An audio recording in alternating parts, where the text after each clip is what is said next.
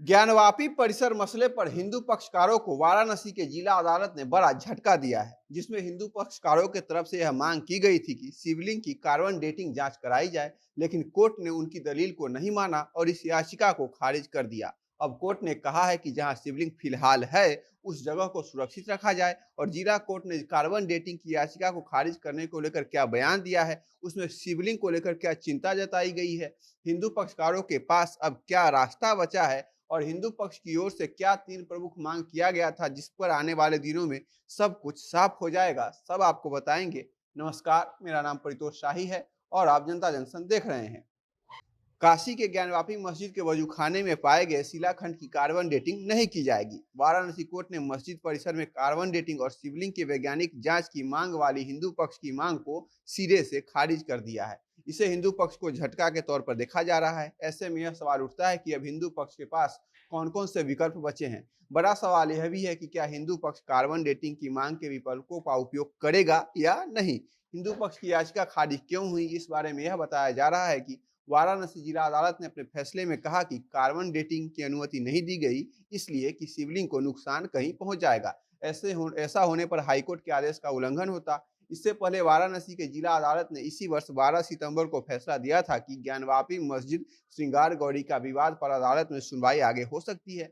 मुस्लिम पक्ष ने इस फैसले को इलाहाबाद हाईकोर्ट में चुनौती दी थी, जिसे हाईकोर्ट ने एक बार में ही खारिज कर दिया था। इलाहाबाद हाईकोर्ट ने भी कहा था कि ज्ञानवापी मस्जिद विवाद पर पूजा स्थल कानून 1991 प्लेसेज ऑफ वर्शिप एक्ट के अधीन नहीं आता है, इसलिए इस मामले में कोर्ट में सुनवाई की जा सकती है। ऐसे में सवाल उठता है कि आगे हिंदू पक्ष के पास उपाय क्या बचा है। तो आपको बता दें कि हिंदू पक्ष अब आगे की कार्रवाई के लिए उच्च न्यायालय की दरवाजा खटखटा सकती है। बुरा बात यह है कि वाराणसी जिला अदालत ने हाई कोर्ट के इसी फैसले की गई टिप्पणी का हवाला देकर कहा है कि कार्बन डेटिंग से हाई कोर्ट के फैसले का भी उल्लंघन होगा। ऐसे में अब हिंदू पक्ष के पास फिर से हाई कोर्ट का ही दरवाजा खटखटाने का रास्ता बचा है।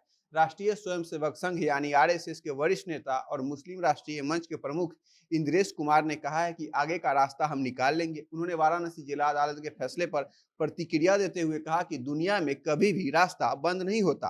राम मंदिर के रास्ते भी कई बार बंद हुए थे, लेकिन फिर खुलते चले गए। इसका भी आगे रास्ता जरूर निकलेगा। लेकिन सबसे बड़ी बात यह थी कि कार्बन डेटिंग की मांग को लेकर हिंदू पक्ष पहले से ही दो धड़ों में बंट गया था। मस्जिद परिसर में स्थित मां श्रृंगार गौरी की पूजा अधिकार की दावेदारी करने वाली महिलाओं में से एक ने यह कहकर कार्बन डेटिंग की मांग का विरोध किया था कि वैज्ञानिक परीक्षण के लिए अगर शिवलिंग से कुछ अंश लिया जाएगा तो यह शिवलिंग खंडित हो जाएगा। उनकी दलील यह थी कि शिवलिंग को खंडित किसी भी समय नहीं किया जा सकता, किसी भी हाल में नहीं किया जा सकता, इसलिए इसका अधिकार किसी भी हाल में नहीं दिया जाना चाहिए।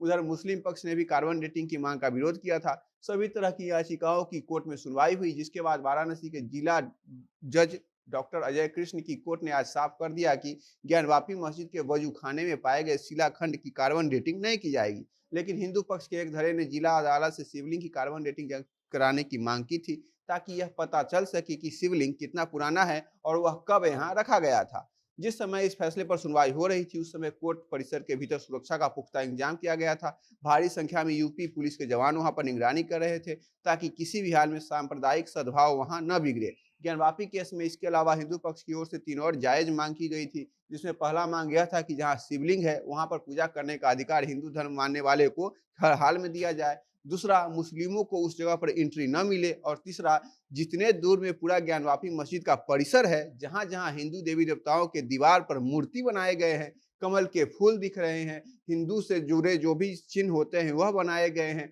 उस पूरे परिसर को हिंदुओं को सौंपा जाए, ताकि आने वाले दिनों में अयोध्या के भांति मथुरा और काशी का भी कायाकल्प अच्छे से हो सके। भारतीय जनता पार्टी और उनकी सहयोगी संगठन आरएसएस का कहना है कि न जाने कितनी बार राम मंदिर का रास्ता भी बंद हुआ था, फिर भी राम भक्तों ने हार नहीं मानी और आज अयोध्या में भव्य राम मंदिर का निर्माण हो रहा है। हम आने वाले दिनों में और तगड़ी वापसी करेंगे, एक पर एक बड़े सबूत पेश करेंगे, अदालत के सामने हर कागज को रख देंगे, फिर हमें हमारे महादेव जरूर मिल जाएंगे। और जो नंदी सैकड़ों वर्षों से अपने भोले बाबा का इंतजार कर रहा है, उसका प्रतिज्ञा अभी भी पूर्ण हो जाएगा। बाकी अब हिंदू पक्ष हाईकोर्ट का दरवाजा खटखटाएगा, जहां से कोई रास्ता मिलने की उम्मीद है। आगे इस खबर पर जो भी अपडेट आएगी हम आपको बताएंगे। काशी और मथुरा में मंदिर कितने दिन के अंदर बन जाना चाहिए, इस बारे में आपकी जो भी राय है हमें कमेंट बॉक्स में बताइएगा। और खबरों के लिए जनता जंक्शन देखते रहिए। वीडियो को शेयर कीजिए। कैमरे के पीछे मेरे सहयोगी विशाल हैं। बहुत बहुत धन्यवाद।